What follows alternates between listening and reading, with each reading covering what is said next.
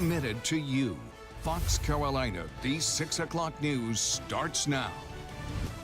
Good evening. I'm Brookley Cromer. Thanks so much for joining us tonight at 6 o'clock. Now, we want to get straight to our forecast this evening with meteorologist Mark Johnson. I know, Mark, it's been a beautiful day today, really a far cry from what we saw yesterday. Yeah, yesterday, all that rain and clouds around, but it was warmer yesterday than today, despite the fact we saw a lot of sunshine across the area. Temperatures outside right now, they're chilly. We've got temperatures in the 50-degree range across the upstate. Right now, it's 51 in Greenville. Look at Spartanburg, though, already 45 degrees. Gaffney's at 45. It's 48 in Anderson, 43 in Greenwood right now, and 43 in Asheville as well. So Hendersonville, you're at 40 degrees and 46 in Brevard. So a variety of temperatures, but all of these are much cooler than they were this time yesterday. And of course, yesterday we were dealing with the clouds and the showers around. But as we go through the next several days, here's what our weather headlines look like.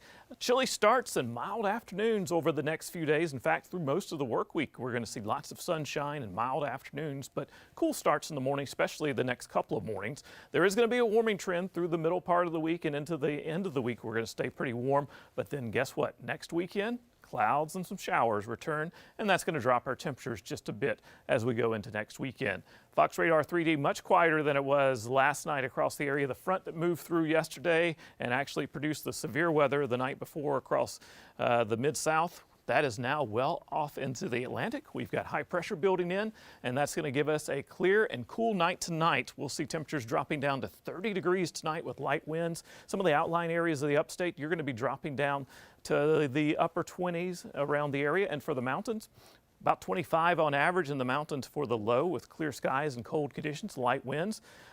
We could see some scattered frost, of course, around the mountains that could freeze in some of the colder areas, so be aware of that. Now, as we look at what's happening in the morning, we're looking at clear skies at 8 a.m. in the morning, and as we go through Monday, lots of sunshine. Tuesday, lots of sunshine. Wednesday, we'll see a weak disturbance move through. That could produce a few clouds around.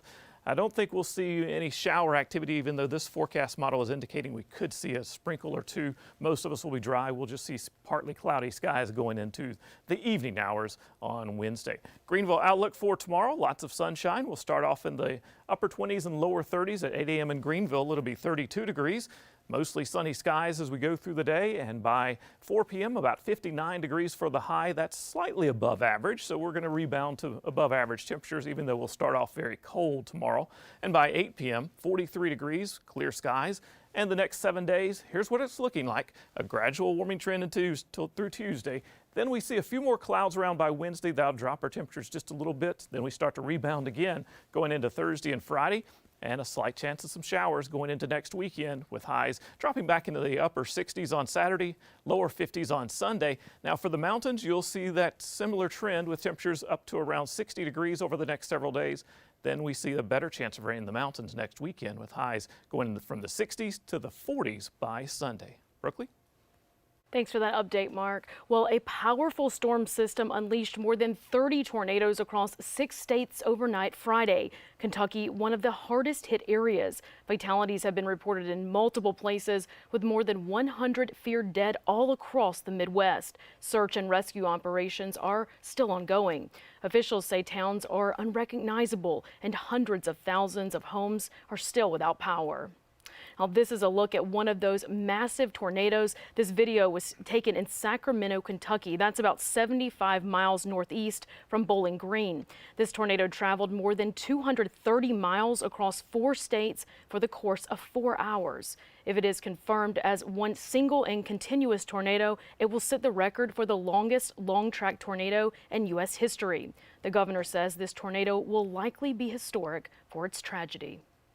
This tornado event is and will be there, and it may end up being the largest loss of life in any tornado event in a single location, again, in the state's history.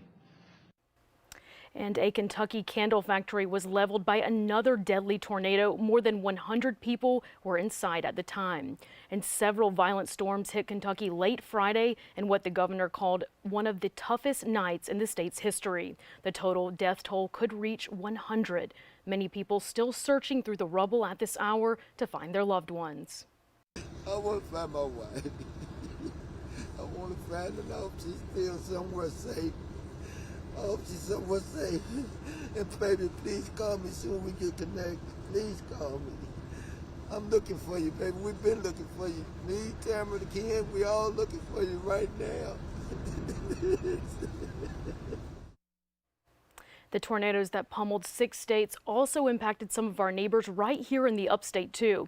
We talked to a Belton man who says he and his friends went to Tiptonville, Tennessee for a duck hunt weekend, but were quickly caught up in a whirlwind nightmare.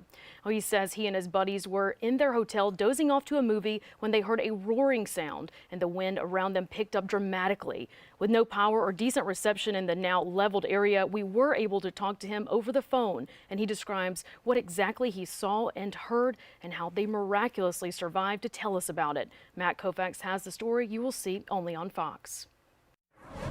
Never expected it. They sent out tornado warnings and it wasn't 5 minutes and it was at us. Todd Smith says that when he and his friends from Belton went up to Tiptonville, Tennessee for the weekend, they never imagined they might not make it back. The truck we was in a 3500 dually, was sitting there hovering off the ground. But around 8:30 last night, they thought they heard a freight train outside. He says they dove to the ground as the wind and flying debris ripped their door off its hinges. By the time we got in the floor, it was on top of us. Didn't know if it was the end of it or, it was what was going to happen. Smith says the tornado that ripped through their area at the Cypress Point Resort, part of a system tearing through 6 states, leveled everything. He took these pictures this morning and told us the vast swath of land in the photos used to be homes and condos. He says their hotel room was one of the only buildings left intact with a roof over it. Everybody else's was demolished. Everybody shaking, shook up, and we started hearing people hollering, help, help, help. Smith says for hours, cries for help rang out. He and his friends spent the night helping dig people out from under debris. Thankfully, he says everyone they encountered was okay with minor injuries, more than can be said for many other Americans caught up in the violent storms. We was lucky. After we knew that everybody was okay, all 4 of us went back in our room and we sat down and thanked God for letting us still be here today. I mean, it was lucky. Well, Smith tells us the little town they're in does have power back right now. Everyone staying at the resort was moved to a local high school. Now they are working on making their way back to the upstate. Developing overnight, police tell us they are investigating a robbery at the Westgate Mall from Saturday night. The suspect took a woman's purse with her keys in it. The suspect then found her car in the parking lot and stole it. We are working to learn more and will update you just as we have more information available.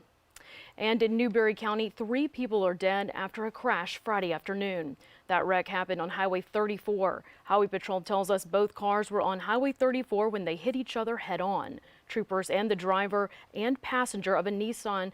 Troopers say that the driver of the Nissan and a Jeep were also killed. And we're working to learn more and we'll update you with those latest developments.